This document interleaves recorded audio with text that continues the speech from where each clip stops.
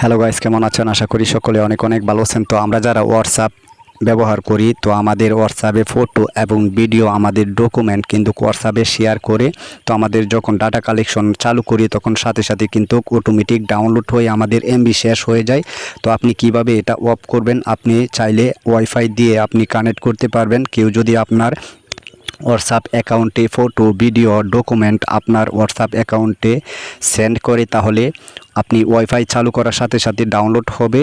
আর আপনার data collection যদি on করেন তাহলে ডাউনলোড হবে না। তো এই সেটিংসটি আপনি কিভাবে করবেন, তার জন্য আপনারা চলে আসবেন হোয়াটসঅ্যাপ অ্যাপসে। আসার পর আপনারা উপরে দেখতে পারবেন 3 ডট মেনু। তো আপনারা 3 ডট মেনু এখানে ক্লিক করার পর আপনারা এখানে পেয়ে যাবেন সেটিংস। তো আপনারা সেটিংস এখানে ক্লিক করবেন। এখানে ক্লিক করার পর আপনারা এখানে দেখতে পারবেন নোটিফিকেশন, স্টোর অ্যান্ড ডাটা। তো আপনারা এখানে ক্লিক করবেন।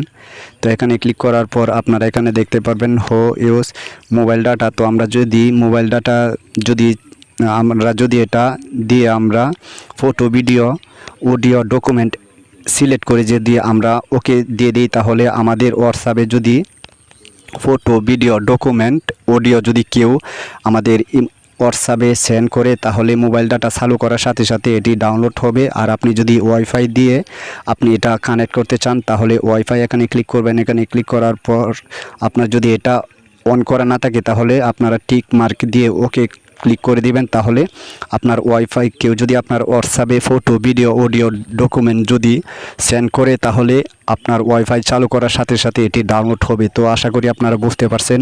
আর যদি বুঝতে অসুবিধা হয় তাহলে কমেন্ট বক্সে কমেন্ট করবেন। তো ভিডিওটি দেখে যদি আপনাদের কাছে ভালো লাগে অবশ্যই লাইক, কমেন্ট, শেয়ার এবং সাবস্ক্রাইব করতে বলবেন না প্লিজ।